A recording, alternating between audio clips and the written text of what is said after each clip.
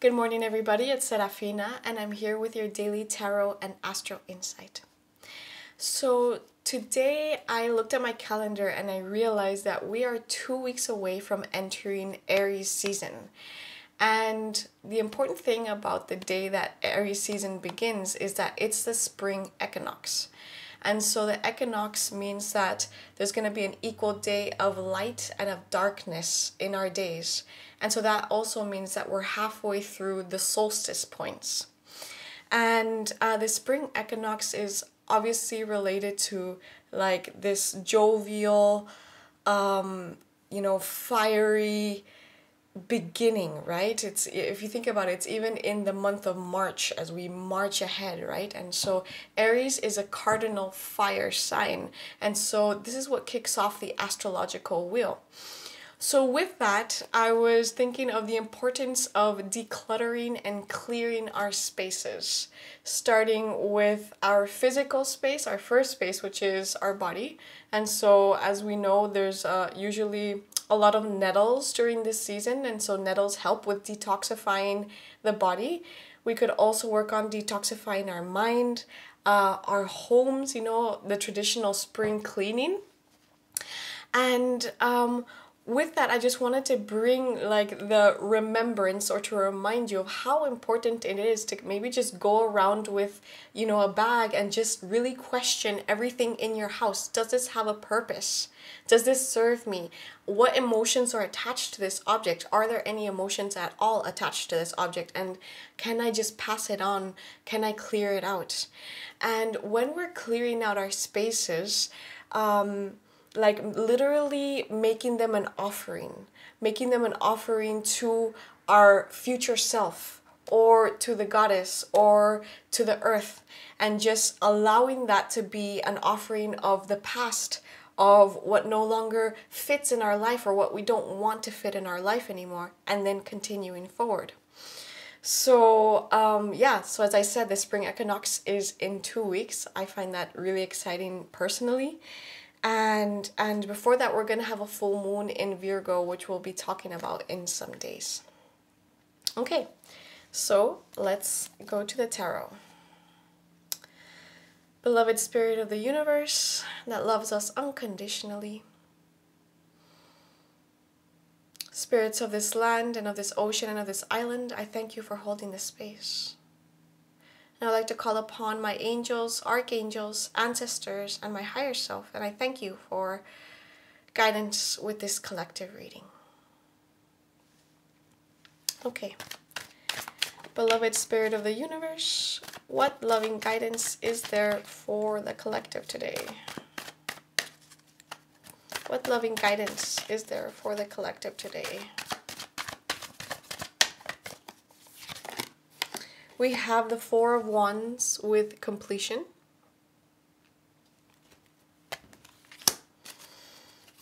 What further guidance is there for the collective today?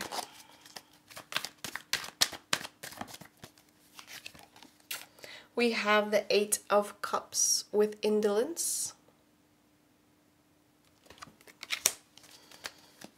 What further guidance is there for the collective today? We have the Eight of Swords with interference. And what further guidance is there for the collective today?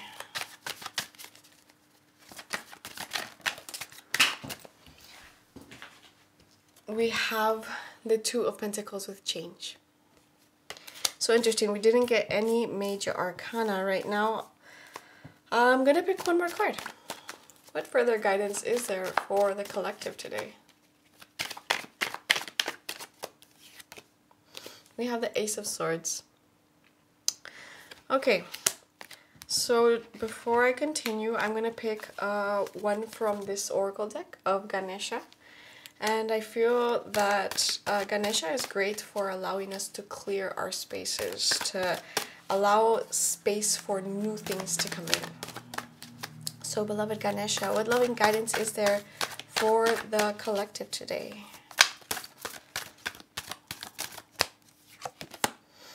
We have positive outlook.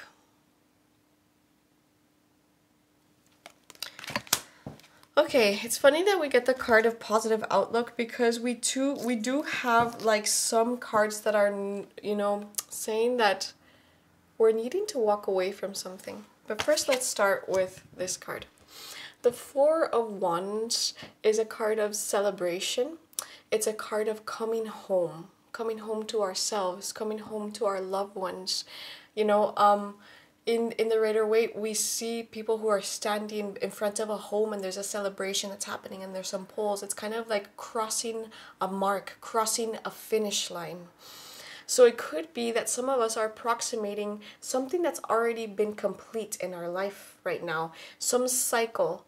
And also if we notice, we have Aries here. As I just mentioned, we're heading into the spring equinox. So maybe it's denoting that right now in these next 2 weeks, we are going to come into completion with a certain cycle. However, it's going to require to us to walk away from something that has been indolent in our life. This card usually speaks of us walking away from something that seemed like it was gold on the outside, but once it was in your life, it really didn't fit properly. And in another Rider, in the Rider-Waite, for example, there's 8 cups, and we're talking about the emotional sphere, right? There's 8 cups that are full, and still this person is choosing to walk away from them and to head on to a new journey, on to the 9 of Cups, where he feels more emotionally fulfilled. So I always describe this card kind of like, you know, getting something that to our culture seems like it's the perfect thing, but having our inner wisdom to know that that's not what is right for us and being able to walk away from that. And it could be because we're having like self-limiting beliefs around things. We feel that we're trapped or stuck in a situation. We got this card 2 days ago, if I'm not mistaken, the 8 of Swords, which is somebody who is feeling, you know, if we look at it, look at the colors, look at these swords, and it's all in the mental sphere, right?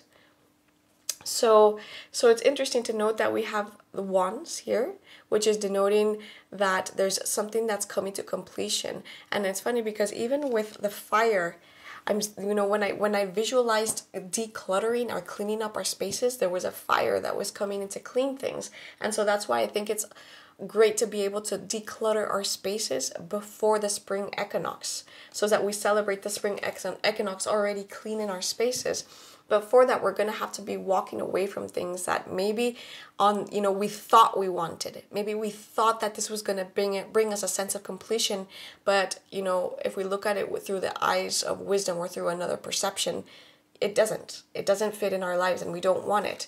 And with that, we're going to be able to break, you know, the mental patterns that have kept us trapped in those paradigms that make us think that that's what we want. And the reason is because we're allowing for change to come in. The 2 of Pentacles is denoted by somebody who's like juggling 2 different things at the same time. And they're kind of like choosing which one to nourish more, or allowing ourselves to have various things to juggle at the same time. But here, it's clearly indicating that there's change, right? And so allowing the transformation of change. And it's funny because the 8 of Swords that we got some days ago was also a snake in a loop. But I see this loop as a positive one, right? And we have the yin and yang here, and we have Jupiter. So, you know, allowing that change to come in and transform. And we're going to have mental clarity. This is a card of victory, right? This is a card of breakthroughs. This is a card of mental clarity, new ideas, new endeavors. And then with that, we'll be able to have a positive outlook towards things. We'll have a new perception towards how we want to continue things. So, yeah, starting with a sense of completion, a celebration, us having arrived somewhere that maybe we've been, you know, doing lots of inner work to get there. Also, just I really feel that it's talking to the spring equinox that I was mentioning, by being able to walk away from something that maybe we thought we wanted, but it's not really what we intentionally wanted for our path. And by that, getting out of self-limiting beliefs and noticing that we put ourselves in certain situations, allowing change to come in radically and choose which disc we want to feed, you know, choosing what we want to nurture in our lives. And with that, we're going to have a breakthrough. We're going to have an inner realization, and we're going to be able to have a positive outlook on life. we're going to have another outlook on things. So today I wanted to choose a card from this deck that's called The Hidden Worlds. And I enjoy the deck a lot, and I feel like it's very Piscean because it's in the liminal spaces. So, beloved spirit of the universe, what loving guidance is there for the collective today? What loving guidance is there for the collective today? We have the Relics of Lemuria, Fragments, Memory, and Reclaiming.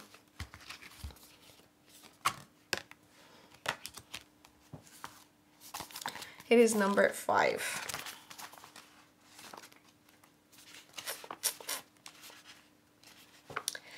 There are within these hidden worlds, between the worlds, kept safe of the precious remnants of the land of Lemuria, the place where humanity had its inception, and where you have had lifetimes, a shapeshifter, a mermaid, a creature of the air and the skin. These relics of the lost land send out their energies to the world, and we receive them in the moments where we dream of our other lives. When we remember fleetingly who we once were, then we can discover we too have abilities to heal, to hear, to sense, to communicate deeply with the natural world. When this card comes to you, take a moment to give thanks to the earth, to soften into the world, to notice the plants and their languages, the birds and their song, the intertwining of all that is, and know that you are a part of the beauty that is all around us. Reconnect and commit to your own reclaiming of power. Allow the senses to extend and to feel the world in a deeper, more intuitive way. The Lost Book of Lemuria are written in your DNA, and when you recall, even for a moment, all that you are, its energy is reactivated in this world today. No longer as memory, but as true, enduring abilities that once remembered can be reclaimed and reactivated in gentle, inspiring ways. Illuminate, then it has like a little phrase at the bottom, and it says, when I remember, I reactivate. And so as I was reading this, I was just kind of intuiting that us being able to fully reconnect to our true purpose, to our path right now, right? And by doing so, we having a positive outlook towards things, right? And so it says fragments, memory, and reclaiming our power, right? And so it's asking us to tap into like this DNA codes that we have within us, to connect back to Mother Nature, to connect to our primary source of love and abundance and healing. And so it just makes me think of, when we're clearing our spaces, when we're decluttering, when we're preparing for, the spark of Aries to come in, it's giving it as an offering. Giving everything that we are decluttering in our emotional sphere, in our spiritual sphere, in our physical sphere, leaving it as an offering to the earth, to the goddess, to the god, so that new stuff can come in. New things that you didn't even deem were possible. New stuff that you didn't even know existed can come into your life. Okay, everybody, I hope that this was useful for you, and I will be here tomorrow. Bye.